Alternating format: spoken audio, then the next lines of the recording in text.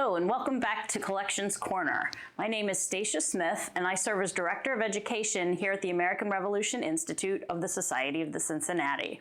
It's back to school season, so to celebrate, I'm sharing a 2021 acquisition from our library, the Patriot's Monitor for New Hampshire, designed to impress and perpetuate the first principles of the Revolution on the minds of youth, together with some pieces important and interesting, adapted for the use of schools. The Patriot's Monitor, an 1810 publication by Reverend Ignatius Thomson, lists 35 of America's hallmark documents in its table of contents, works Thomson deems essential for the shaping of young minds of the new republic, beginning with the Declaration of Independence.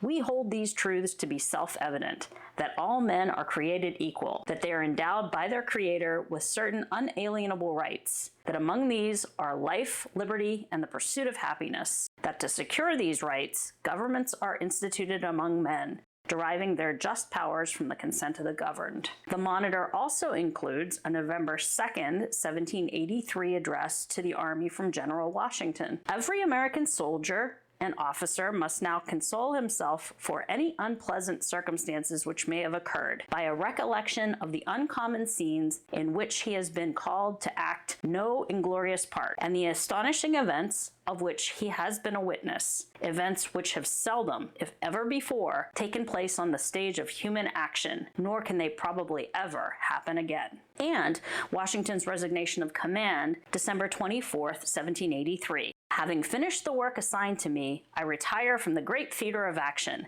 and, bidding an affectionate farewell to this august body under whose orders I have long acted, I here offer my commission and take my leave of all the employments of public life. Nearly a quarter of the Patriot's Monitor is devoted to George Washington.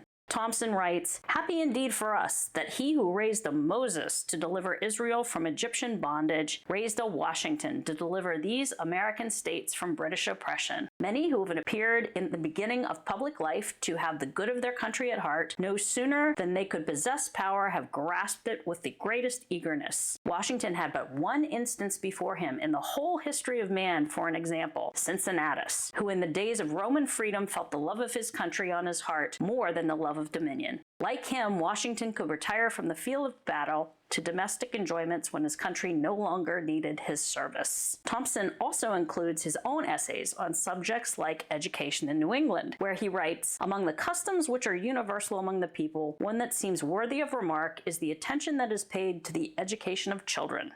All the children are trained to this kind of knowledge. They are accustomed from their earliest years to read the Holy Scriptures, periodical publications, newspapers, and political pamphlets, and to form some general acquaintance with the laws of their country and the proceedings of the courts of justice, the General Assembly of the state, and the Congress. Such education and knowledge is of more advantage to mankind than all the speculations, disputes, and distinctions that metaphysics, logic, and scholastic theology have ever produced." Generations later, President John Kennedy wrote, "There is little more that is more important for an American citizen to know than the history and traditions of his country. Without such knowledge, he stands uncertain and defenseless against the world, knowing neither where he has come from nor where he is going. With such knowledge, he is no longer alone, but draws a strength far greater than his own from the cumulative experience of the past and a cumulative vision of the future." With the Patriot's Monitor in mind, as we approach the nation's 250th birthday, our semi-quincentennial, we challenge those who impress and perpetuate America's principles on the minds of youth to consider what they would collect in a must-read volume about these United States. To paraphrase Ignatius Thomson, to teach America's children in the hopes that generations yet unborn may know from experience what blessings we enjoy. To learn more about the Patriot's Monitor, visit our website, AmericanRevolutionInstitute.org.